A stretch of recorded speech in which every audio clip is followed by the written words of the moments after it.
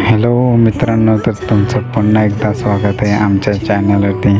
Finally आम्ही पुन्हा आलो आहे यूट्यूबवरती आणि 1.5 वर्ष आम्ही काय करत होते ते पाहण्यासाठी हा व्हिडिओ पूर्ण बघा.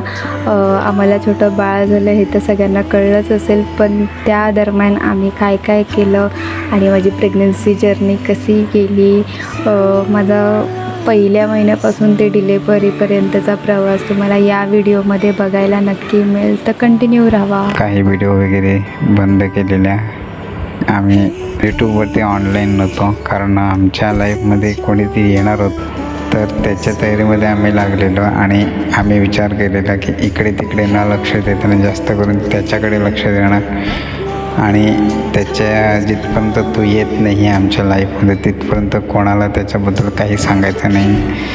तर अशा विचारामध्ये आम्ही सर्व बनलेलं. तर आता आम्ही पुन्हा येतो आहे, तुमच्या सपोर्टची गरज आहे आम्हाला.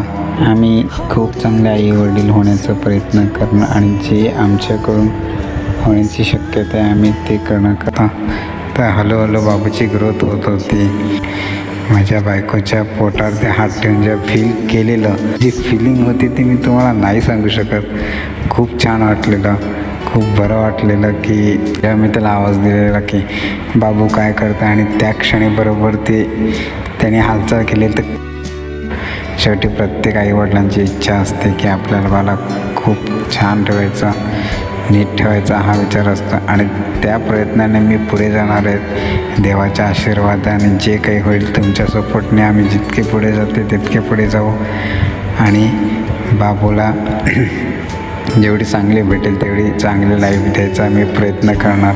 आणि आता तो क्षण आला ज्याची सगळे आतुरतेने वाट बघतात, म्हणजेच ओटभरणी. तर ओटभरणी माझी 2 वेळा झाली, एक माझ्या सासरी आणि एक माहेरी. सासरी पण मला बर्फी आली आणि माहेरीसुद्धा मला बर्फीच आली होती.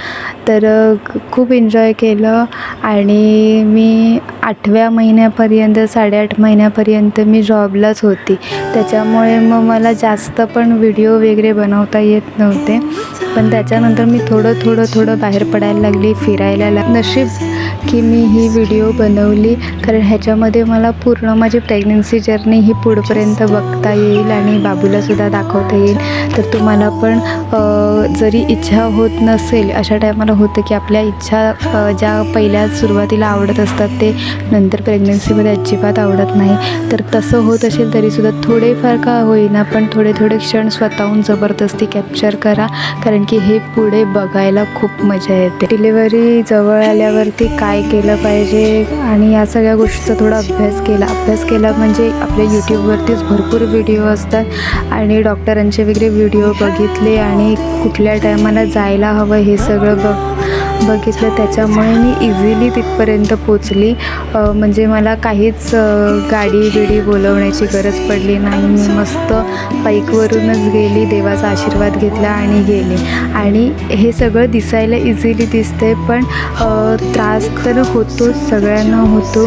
आणि मला असं पर्सनली वाटतं की नॉर्मल डिलेवरीला नॉर्मल डिलेवरी बोलली नाही पाहिजे, कारण की ते नॉर्मल शब्दामुळे आहे ना तिचे सगळे ते वेदना आणि सगळे कष्ट सगळ्यावरती पाणी फिरल्यासारखं होतं आणि त्याच्यामुळे मग ऐकायला असं येतं की हां हिची तर काय नॉर्मलच डिलिव्हरी झाली, पण तसं नसतं. नॉर्मल डिलिव्हरीमध्ये सुद्धा बाई वेदनेतून जाते आणि तिचासुद्धा दुसरा जन्मच मानला जातो आणि सिझेरियनमध्ये पण सेम असतं.